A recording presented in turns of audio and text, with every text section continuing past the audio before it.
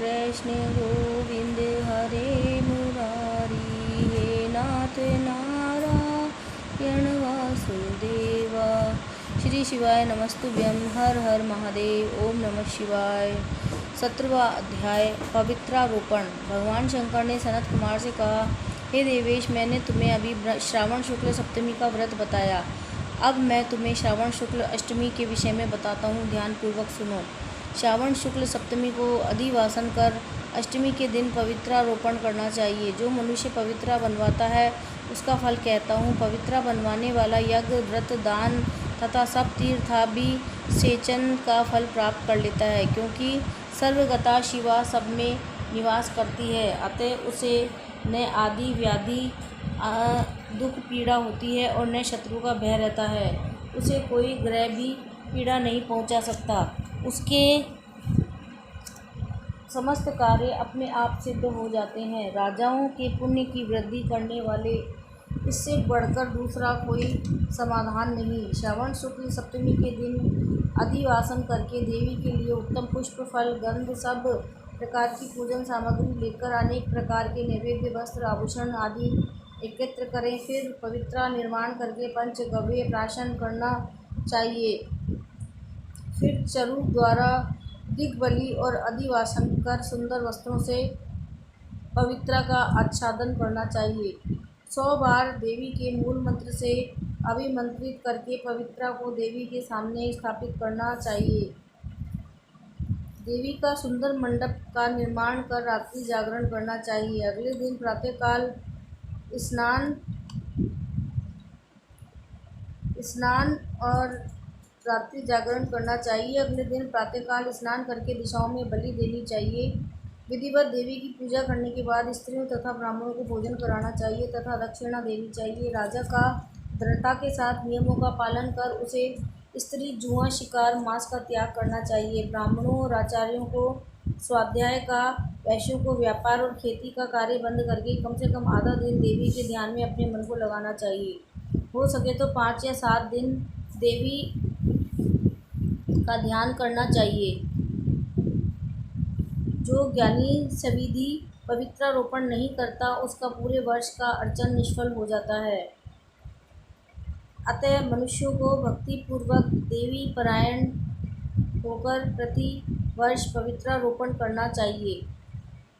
कर्क अथवा सिंह का सूर्य हो जाने पर श्रावण शुक्ल अष्टमी के दिन देवी के लिए पवित्रारोपण करना चाहिए। इसे नित्य क्रम समझकर करना चाहिए।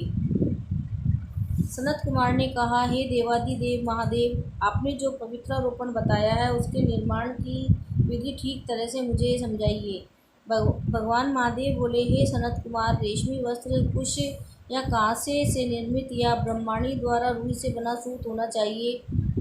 धागों को 3 गुना कर पुनः त्रिगुणित करने पर उसकी संख्या 360 होनी चाहिए। 360 सूतों को उत्तम, 270 को मध्यम और 180 सूतों को निकृष्ट कहा है। 100 ग्रंथि का उत्तम, 50 ग्रंथि का मध्यम और 16 ग्रंथि का पवित्रा कनिष्ठ होता है। 6, 3, 4, 2, 12, 24, 12, 8 ग्रंथि का कनिष्ठ पवित्रा होती है। देवी प्रतिमा की नाभि तक सीमित पवित्रा, कनिष्ठ जांघ तक, मध्यम जानु तक की पवित्रा उत्तम मानी जाती है। इस पवित्रा के सब गांठे को केसर से रंगना चाहिए तथा सर्वतोभद्र वेदी पर देवी का पूजन करके देवी के समक्ष कलश या बांस पात्र पर पवित्रा को रखें। 3 सूतों में ब्रह्मा, विष्णु, शंकर का आवाहन करना चाहिए। 9 सूतों में ओंकार, सोम, व्रही, नाग, रवि, ईश और विश्वदेव का आवाहन करना चाहिए।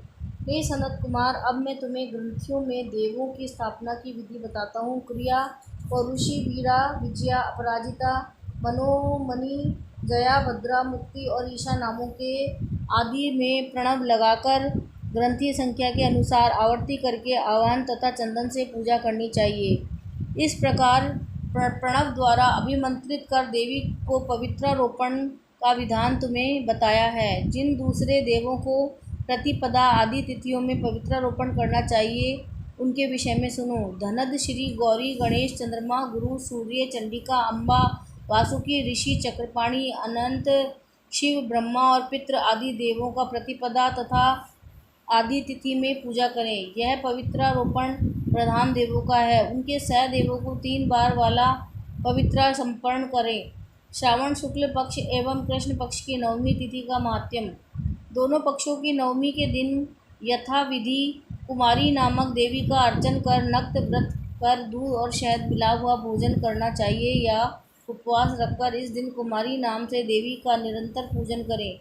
चांदी की प्रतिमा बनवाकर उसमें भक्ति पूर्वक दुर्गा पाप नाशिनी का कनेर के फूल, गंध, अगर, चंदन, दशांश, धूप और लड्डू द्वारा पूजन करना चाहिए। कुमारी लड़कियों को भोजन कराने के बाद ब्राह्मणों को भक्ति पूर्वक भोजन करवाना चाहिए। फिर मौन धारण कर बिल्व पत्र भोजन करना चाहिए। नवमी का व्रत प्राणियों के सब पापों को नष्ट करने वाला, समस्त संपत्तियों को प्रदान करने वाला, पुत्र पौत्र आदि की वृद्धि करने वाला और सद्गति प्रदान करने वाला है। ओम नमः शिवाय, ओम नमः शिवाय, हर हर भोले नमः शिवाय, ओम नमः शिवाय, ओम नमः शिवाय, हर हर भोले नमः शिवाय। इति 17वां अध्याय समाप्त।